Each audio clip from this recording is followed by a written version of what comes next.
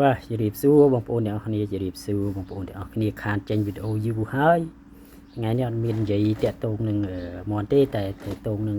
ថ្នាំបងប្អូននេះថ្នាំបងប្អូនតែសួរខ្ញុំមកកំប៉ុងនេះច្រើនអត់300គ្រាប់បង300គ្រាប់ជាងឬក៏200កៅអីនេះ300បើគ្រាប់ទូចវា300គ្រាប់ជាងអញ្ចឹងមកកំប៉ុងហ្នឹងគឺសួរប្រហែល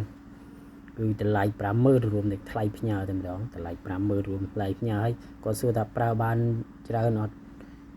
បងប្អូនសាកដំបងមើលប្រើបានចេះតិចមាត់ច្រើនមែនទេហើយថ្នាំនេះគឺមានអ្នកទទួលស្គាល់ច្រើនណាគឺគាត់ប្រើបានប្រសិទ្ធភាពល្អអញ្ចឹងបងប្អូនអំផ្លេចនេះច្រើនមែនតើនៅសល់ច្រើនមែនតើហើយ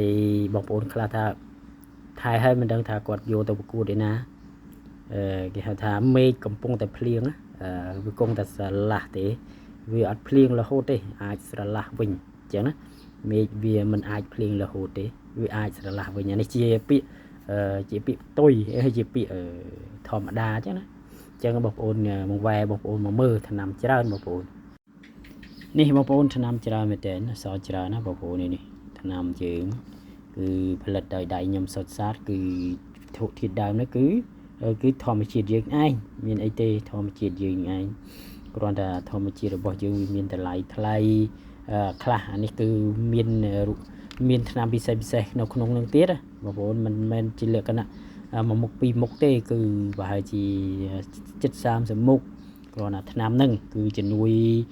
ទី1គឺជំនួយសរសៃទី2ហ្នឹងគឺជំនួយខ្យល់ដង្ហើមឲ្យល្អគឺជួយព្យាបាលពោះវៀនតូចពោះវៀនធំដេញជាតិខ្យល់ហើយខ្ញុំប្រាប់ទៀតអានេះមិនមែនជាថ្នាំព្យាបាលទេគឺជាថ្នាំបំពន់សម្រាប់